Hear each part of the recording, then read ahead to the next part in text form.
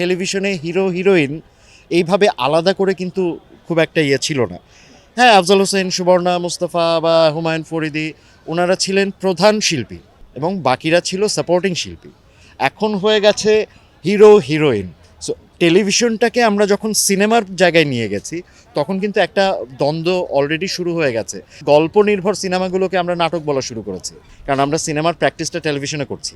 আমরা ওইখানে একটা হিরো হিরোইন ভিলেন এই ধরনের একটা এনভায়রনমেন্ট তৈরি করে ফেলেছি। But television is a drawing room thing. এখন যেটা হচ্ছে যে এই যে একটা দ্বন্দ্ব তৈরি হয়েছে এই কারণে কিন্তু অডিয়েন্স অনেকখানি ছুটে যায়।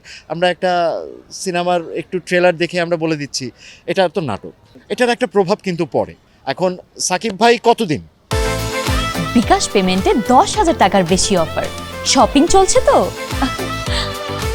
সাকিব ভাই তো একটা সময় আরও ধরলাম আমি 10 বছর বা 20 বছর উনি করলো, বাট এর পরে তো যে গ্যাপটা তৈরি হচ্ছে ওই গ্যাপের জায়গাটা তো আরও মানুষকে আমাদের প্রোভাইড করতে হবে এবং অডিয়েন্সকে ওই জায়গাটায় সাপোর্ট দিতে হবে। এখন সিনেমাকে আমাদের আসলে আরেকটু ছড়াইতে হবে, আরেকটু মাস পিপলের ভেতরে যেতে হবে। আমাদের যারা প্রডিউসার আছেন বা যারা সিনেমা হলের মালিক আছেন তাদেরকে আরও আসলে ভেতরের দিকে যেতে হবে, তাহলেই সিনেমাটা অনেক বেশি করবে। এখন অডিয়েন্সকে তো একটা প্র্যাকটিসে নিয়ে আসতে হবে যে ভাই সিনেমা দেখেন।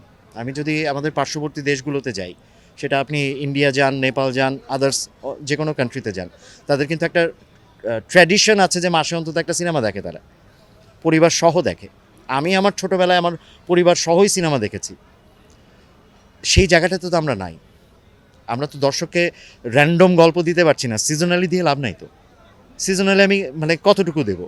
আর এখন তো আরেকটা হয়েছে যে আপনার সিনেমা সব ওটিটিতে ট্রান্সফর্ম হয়ে যাচ্ছে, সিনেমা পাইরেটেড হয়ে যাচ্ছে। আমরা তো কোনোভাবে স্টপ করতে পারছি না কোনোটা। আমার ক্যারেক্টার হচ্ছে আমি ট্রেনের পরিচালক, এই বনলতা এক্সপ্রেস যেটা, সেটার পরিচালক। তার মানে পুরো ট্রেনটাই অ্যাকচুয়ালি আমার কন্ট্রোলে। অ্যাকচুয়ালি এখানে প্রতিটা ক্যারেক্টার এত ইন্টারেস্টিং, একদম ছোট্ট মিনিমাম যে ক্যারেক্টারটা সেটাও এত ইন্টারেস্টিং যে দর্শক তাকেও অ্যাকচুয়ালি নোটিস করবে। সবাই সব কটা ক্যারেক্টার, সব কটা গল্প এনজয় করবে। দর্শক যাবে এই কারণে যে এটা আমাদের নিজেদের গল্প।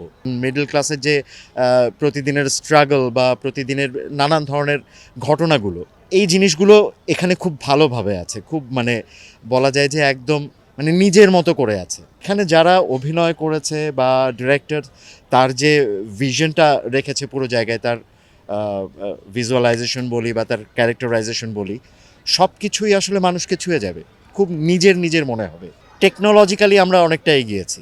90s যে ফিলটা আমরা এই সিনেমায় পাই, মানুষের সাথে মানুষের সম্পর্কের একটা মজার জায়গা ছিল, ইমোশনাল আনা নেয়া ছিল, লেনদেন ছিল একজনের সাথে আরেকজনের। সেটা বন্ধু হোক, সেটা প্রেমিকা হোক বা প্রেমিক হোক, বা মা বাবার সাথে সন্তানের সম্পর্ক হোক, ওই জায়গাগুলো খুব ভালোভাবে এখানটায় আছে। আমি one of the luckiest person যে গত কয়েকটা ঈদে আমি রেগুলার সিনেমা হলে নিজের কাজ দেখতে পাচ্ছি।